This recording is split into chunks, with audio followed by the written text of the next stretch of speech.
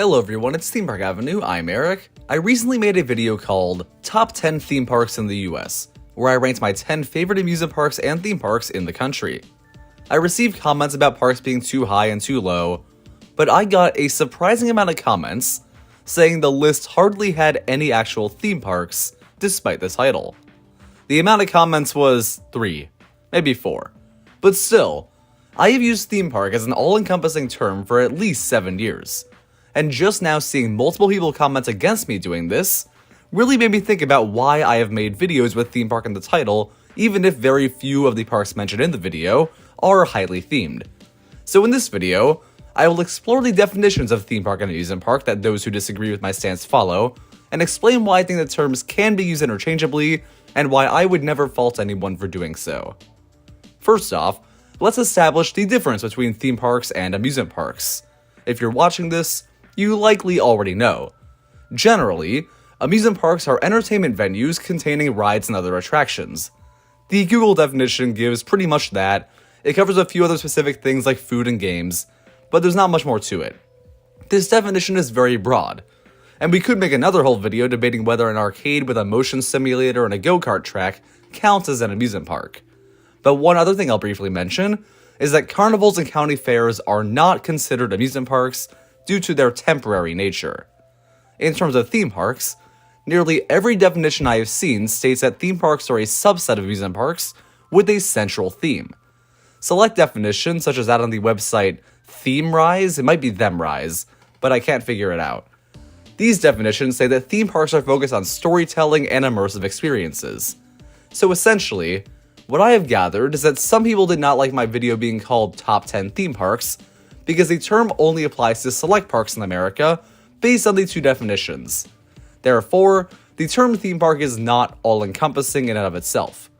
However, it is abundantly clear to me that the second definition is used a lot more when people are distinguishing between the two. And that's when people subsequently get upset when a video has sorts of amusement parks and are titled Top 10 Theme Parks. This second definition is the one commenters had in mind based on the fact that those who said I only had 2 or 3 theme parks on my list are incorrect based on that broader definition of just needing a central theme. Let's discuss the 10 parks that were on my list and how they fit the different definitions of theme parks. You're welcome to think whatever you want about the parks themselves. If you hate them, that's fine. I just want to talk about these parks first because they are the ones that sparked the comments, saying there were very few from the group of 10 that fit the definition. One comment said only 3 of the parks on the list could be classified as theme parks. So let's go through the 10 parks from top to bottom. Let's see how they hold based on the definitions. The top 2 on the list were Kings Island and Cedar Point. Both are Ohio amusement parks in the Cedar Fair chain before the recent acquisition by Six Flags following a merger. Both parks have select areas with solid theming, most notably Cedar Point's Frontier Town.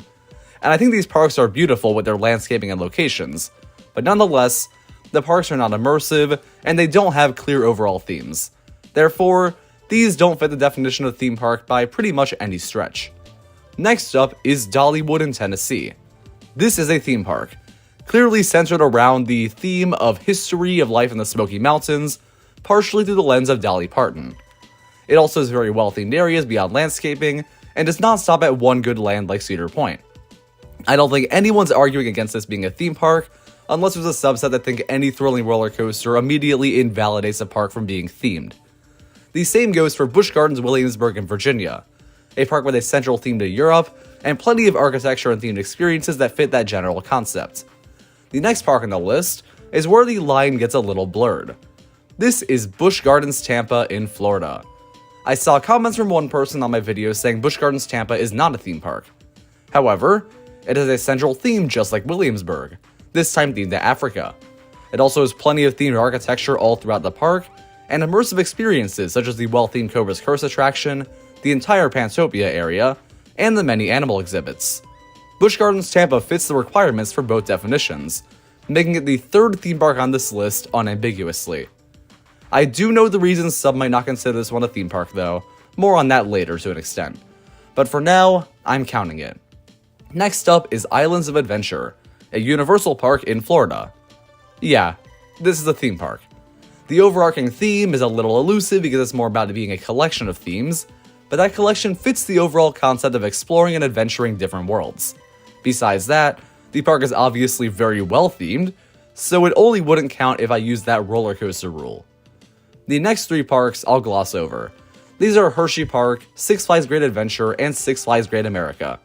All 3 parks have some themed areas and rides, and Great America originally did have an overarching theme to America, but that has become fragmented enough that I would not disagree with anyone who said the theme did not exist anymore. So of 9 parks, 4 so far are theme parks according to both definitions. The final one to talk about is perhaps the most interesting. Holiday World in Santa Claus, Indiana. When you look at this place, when you visit this place, it screams amusement park. It's quaint, the theming elements are not especially prominent or high budget, and the park oozes a charm you would not associate with a theme park. However, it fits the definition of theme park perfectly. The park has a central theme of holidays, each land being centered around a different holiday and each ride within the land being named and themed accordingly. If you're familiar with Halloween, Christmas, Thanksgiving, and the 4th of July, you can instantly tell what land you're in by looking around at the rides, even if the actual theming is not very high budget. Herein lies the issue of trying to draw a line between theme parks and amusement parks. I think there is too much gray area in what counts as a theme park for the term to hold much significance. Holiday World is by all accounts a theme park, and it is not the only park often excluded from the subset that fits the definitions. For example, Six Flags Fiesta Texas in San Antonio. This park is a celebration of Texas history and culture, with lands themed around the Hispanic population, the German population, Texas cities of the 1950s, the boardwalks, the landscapes, and also DC because it's a Six Flags park. The DC universe does not fit the overall theme, but here's where my view may differ from others. I think having some poorly themed areas does not invalidate a central theme from existing, and therefore does not invalidate an amusement park from counting as a theme park. Fiesta Texas has become less cohesive since Six Flags added DC rides like the Batman coaster in the 1950s town. However, they've also added rides and themes that distinctly match the park's theme. The most recent example is the retheme of the inverted coaster Goliath, now called Chupacabra. Six Flags as a chain is almost always lumped into the amusement park category entirely, but to me, Fiesta Texas is still a theme park. You may disagree, but the fact that there's any disagreement on what counts leads into my second point. The cutoff for a theme park as opposed to an amusement park is too subjective to be made into a big deal. A key factor that many seem to consider when defining theme parks is immersion. Immersion is a confusing term, but ultimately, if a park can make someone feel like they are in a different world, then it is generally considered a theme park. Indeed, very few people, if any, go to Holiday World and feel immersed in the magic of holidays. This immersion criterion is very specific, so it might seem to help separate different kinds of parks, amusement and theme. However, the reason immersion is confusing is that it is also highly subjective and varies from person to person. From my perspective, Six Flags Fiesta Texas is immersive. The different lands all look the part, and they all have rides that fit with the theming. Even the DC rides are overall quite well themed, especially Joker. Returning to the idea that a few rides or a full land can disqualify a park from being a theme park, plenty will point out that there are rides with no theming all throughout, and the DC area does not fit the central theme. However, if we're going to be that nitpicky, then I'm not sure if any park can unanimously fit everyone's definition of a theme park. So let's look at a Walt Disney World park to illustrate the issue. Epcot is themed to future innovation, as well as the World Showcase, but for now let's talk about Future World. Future World is pretty immersive. You have the futuristic car ride, you have a simulator that takes you to Mars, and of course the iconic spaceship Earth. However, other rides here are a stretch. Soaring around the world does not seem to fit the theme to me, because hang gliders and flying over the world are not futuristic ideas. They weren't even futuristic when the ride was made. However, there could be some innovation angle I'm missing. I'll let Soarin' slide, but I would like to hear anyone make a case for Guardians of the Galaxy Cosmic Rewind fitting in Future World. This is an IP-focused roller coaster with nothing that thematically or aesthetically fits with Epcot's intended theme, save for Marvel spaceships indeed looking kinda futuristic. To me, that's not enough. If DC rides being thrown into an otherwise proper theme park disqualify it from getting that title, then I think Marvel rides being thrown into an otherwise proper theme park should do the same. A lot of you probably disagree with that point, because there is one other way people separate amusement parks and theme parks: their notoriety. Disney and Universal parks are unquestionably called theme parks by nearly everybody, while Six Flags parks are unquestionably called amusement parks. I have established there's at least one Six Flags park that fits the theme park definition just as well as Disney, but I don't think that case will change many minds, because Disney and Universal parks have been marketed as different from the other parks since their inception. Disney and Universal parks are the highest budget by far. Their newest properties cost over $5 billion each to build. Even if they have some unthemed rides or lose the main central theme with time, that level of investment might make it seem crazy to lump those parks in with the dirty, bare-bones Six Flags parks. It is true that many Six Flags parks lack central themes, and many of them lack theming elements at all. But there are several Six Flags parks that have at least one of these things and therefore fit one definition, and there are plenty that have both. Besides Six Flags Fiesta Texas, the recently acquired Worlds of Fun is themed to traveling the world, and every area in the park reflects this, with most rides fitting their areas perfectly. Knott's Berry Farm is known as America's first theme park, and even after its expansion, it continues to have the ghost town theme spreading throughout most of the park, with rides that nearly match the immersion of Disney or Universal. Even Six Flags America, often considered one of the ugliest amusement parks in the country, has a Central American theme, as in the American theme is central, it's not themed to Central America, and the theme lands reflect that. Once again, only a DC universe holds this back. There are dozens of other parks in the US and beyond that blur that line between amusement and theme park, but many will never consider them theme parks because they only think the most highly themed are truly theme parks. Disney and Universal have decades of goodwill and recognition as the premier theme park chains that offer a different experience from any other American amusement park. Indeed, the original Six Flags park, Six Flags Over Texas, was designed similarly to Disneyland by having a central theme with themed areas. But it was never as impressive, and with time the park lost its theme to some degree. It is still by definition a theme park, just with a DC universe tacked on, but it feels so far off from the Disney experience that most would never even consider calling Over Texas a theme park. The term theme park is, for most people, an indication of a park's status. Only the most expensive, most immersive parks are truly considered theme parks by many, and it seems to me that some get offended when a lesser park from the Six Flags chain, or nearly any company besides Disney and Universal, gets mentioned in a video titled Top 10 Theme Parks. For me, if using the term theme park properly means there are barely 10 theme parks in America, and I have to consider every other park to be worse, then I'll pass.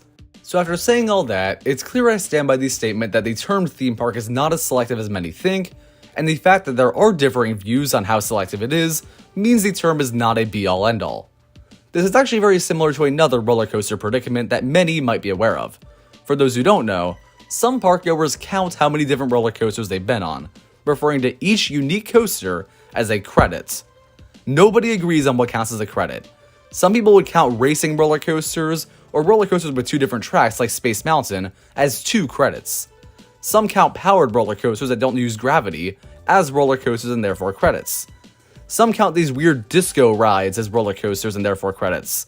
Somebody out there probably counts a car ride as a credit.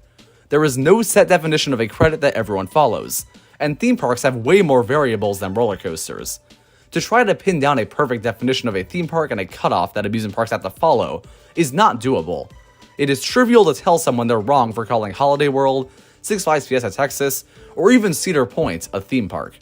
The definitions are broader than most people realize, and limiting theme parks to only Disney and Universal feels like it would only be done by killjoys and marketing executives. However, this argument is unnecessary. Nothing I have said in this video remotely relates to why I use theme park as an all-encompassing term. Theme park was never meant to be an encompassing term, and if I call a true amusement park like Knoebels in Pennsylvania a theme park, I'm technically wrong. Typically, when I talk about individual parks in videos, I just call them parks. Theme park just comes about in the titles and intros, and I almost never say amusement park. Why is that? Simple. It's more syllables. That's it. Theme park is easier to say, and so I say it. And it's been that way for most of my life as a theme park fan. It's true that the parks I describe in the list like my top 10 theme park one are not always theme parks, but I've said theme park in titles like that for so many years, and it's probably never going to change, regardless of how good an argument against it is. I think the terms theme park and amusement park are a spectrum, and they're based on so many variables that it's pointless to harp on someone for making a title top 10 theme parks. I truly hope Coaster Studios is spared from hate comments over something so silly. That said, there is one thing that could happen that would make me stop using theme park as an all-encompassing term, and that's up to you guys to decide. My one concern with using the title is that the video could be used as false advertising. That was never the intention, and I tried to clear up any confusion by making a thumbnail featuring rides from both types of parks and saying in the video, theme parks/amusement parks in the first 15 seconds. From my perspective, that's enough, but some comments suggest otherwise. So if you think the term theme park is truly separated enough from the general term amusement park that my title top 10 theme parks would confuse you or others and should be changed, please let me know, and I will change the title to top 10 amusement parks in this video and future ones. I will watch what I say if the difference is that big for others, because I do want to be thoughtful of how others view the different terms. That said, I believe separating the terms is unnecessary, so I will only be making that change in the videos I make for the sake of the thousands of people I could potentially dupe by not changing the title. One last thing, if you watch this video and you still think there are only 10 or so theme parks in the US, I have one request for you. Put some respect in Holiday World. It's awesome. I'll see you next time.